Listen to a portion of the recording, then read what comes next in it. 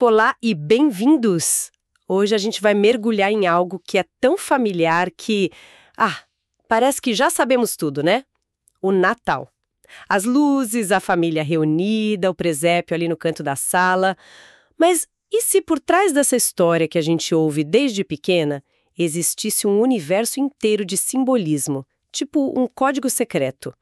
As fontes que a gente analisou para hoje sugerem exatamente isso. A proposta é, assim, ousada.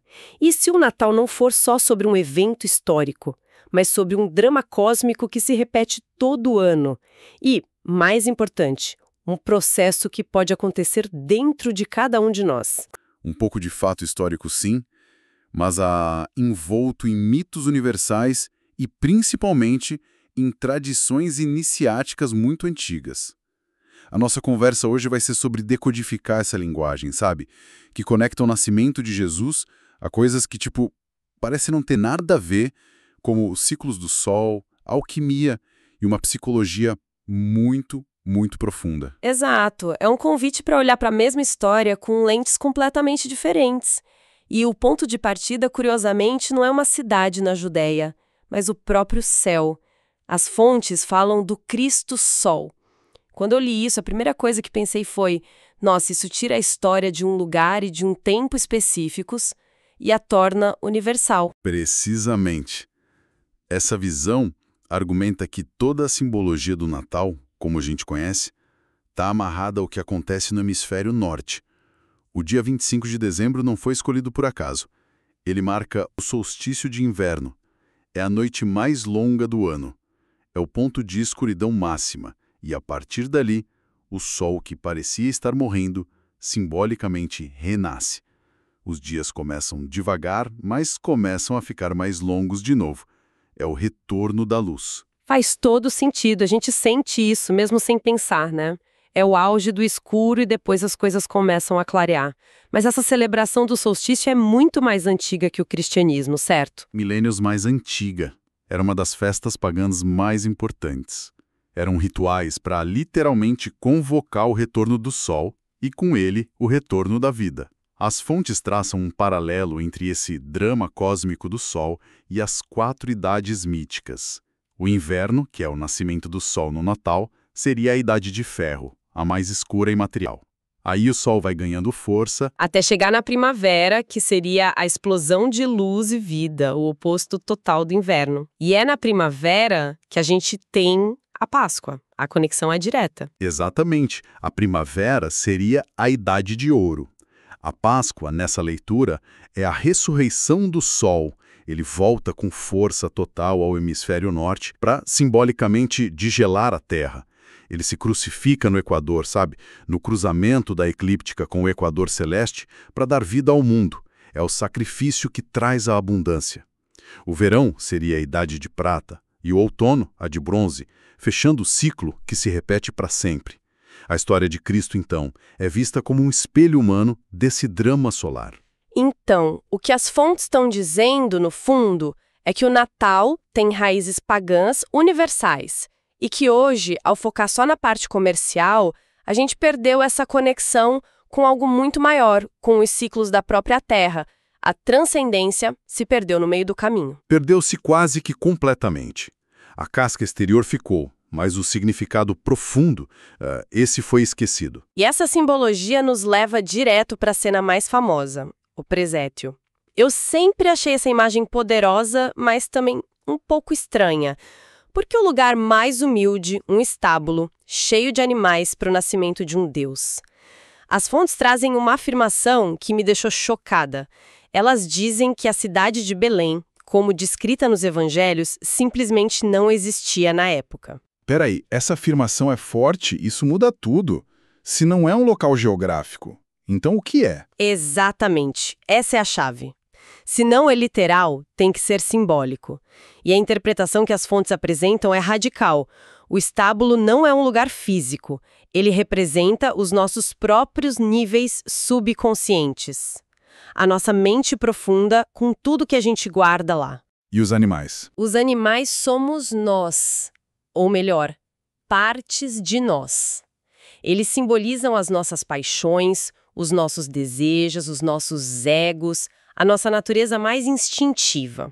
O Cristo, que aqui representa uma nova consciência mais elevada, ele não nasce num palácio isolado, mas em meio aos animais. Ou seja, ele precisa nascer no meio do nosso caos interior, na nossa natureza mais básica, para poder transformá-la. Nossa, isso transforma a cena. De um evento de pobreza para um de imensa coragem. O divino escolhendo nascer exatamente no lugar mais complicado de todos, dentro de nós. Mas e Belém? Se não é a cidade, o que significa? Segundo essa tradição esotérica, Belém é um nome simbólico que significa Torre de Fogo. E essa Torre de Fogo é uma alegoria para a coluna vertebral do iniciado. O nascimento só acontece porque um fogo sagrado foi aceso nessa torre. É uma referência direta a certas energias espirituais que, em outras tradições, recebem nomes como Kundalini. Ok. Torre de Fogo, Kundalini, são termos poderosos. Para quem não está familiarizado, o que seria essa energia na prática? É algo que todo mundo tem? Tem em estado latente. É a energia criadora fundamental, a energia da vida, que geralmente se manifesta só pelo instinto. O trabalho do iniciado, segundo essas fontes, é aprender a canalizar e elevar essa energia pela torre de fogo, a coluna, transformando-a de uma força puramente biológica em uma força espiritual, de consciência. Por isso, o nascimento não é algo que acontece por acaso. Certo, ele precisa ser preparado. Sim. As fontes descrevem um processo muito específico chamado iniciação venusta. É um evento de imensa transcendência, no qual o Cristo cósmico, a força universal, pode descer e se manifestar no coração de uma pessoa. Mas essa pessoa precisa ter se preparado para isso. E a preparação consiste basicamente na eliminação consciente do que as fontes chamam de agregados psicológicos. Agregados psicológicos. É um nome técnico para os nossos eus, nossos defeitos, nosso ego, certo? A raiva, a inveja, o orgulho. Exatamente isso.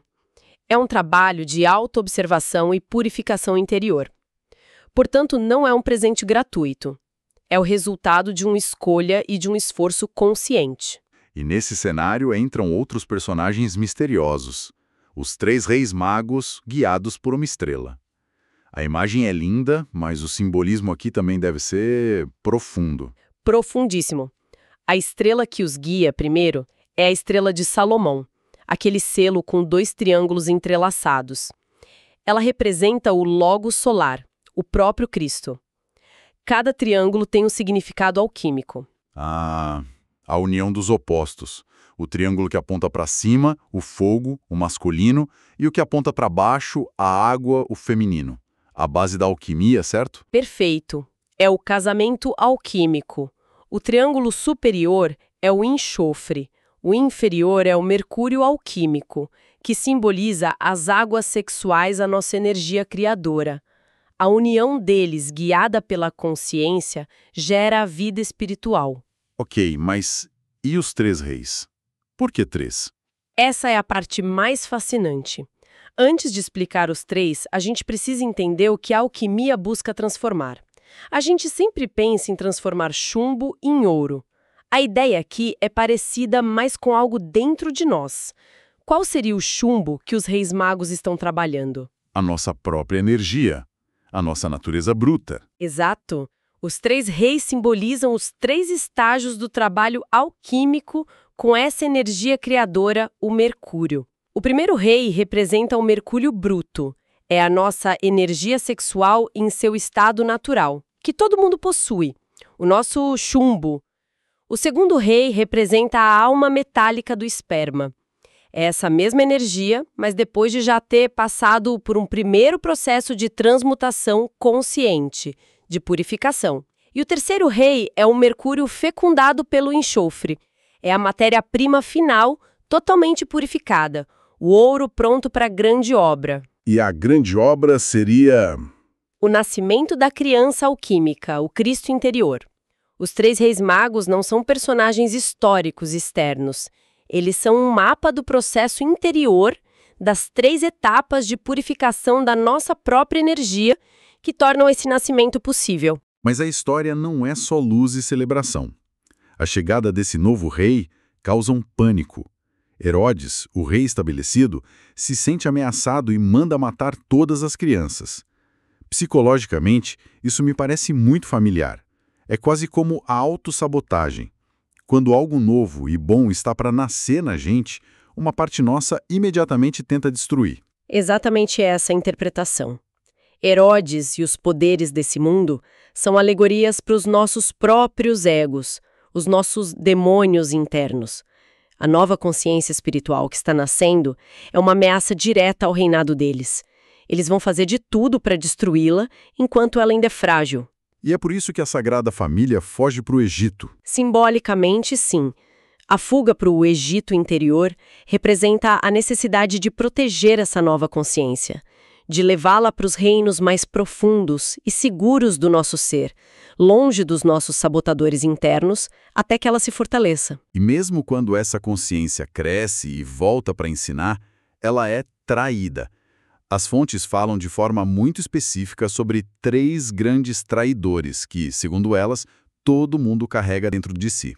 Sim, e eles são a chave para a gente entender por que o drama termina, inevitavelmente, na crucificação. O primeiro traidor é Judas, que representa o desejo. É a parte de nós que vende o sagrado por 30 moedas de prata. Fácil de ver esse. A gente troca o que é importante por gratificação instantânea o tempo todo. Prazeres, dinheiro, status, o eterno pelo passageiro. O segundo é Pilatos, que as fontes chamam de o demônio da mente. É a parte de nós que sempre se justifica, que lava as mãos. Esse é mais sutil. A nossa capacidade de racionalizar tudo. A mente é uma especialista em criar desculpas perfeitas para não mudarmos, para não assumirmos a responsabilidade. Ela explica por que o sagrado teve que morrer, mas não faz nada para impedir. Porque representa o sacerdote interior corrompido. É a nossa própria espiritualidade que se perverte. É aquele guia que deveria nos conduzir ao sagrado, mas que transforma o templo em um mercado. Que vende a doutrina, que adultera para benefício próprio. É a profanação do que deveria ser mais puro. Essa ideia de que tudo é um drama interno faz os milagres parecerem diferentes também. Deixam de ser só feitos sobrenaturais para se tornarem metáforas em ação, lições para a consciência. Exatamente. Pense em andar sobre as águas. Nessa interpretação, não é sobre desafiar a gravidade, é sobre dominar a luxúria, as paixões, não se deixar afogar pelas águas turbulentas das emoções. Na história, Pedro tenta seguir Jesus, mas ele duvida, ele usa a mente e começa a afundar.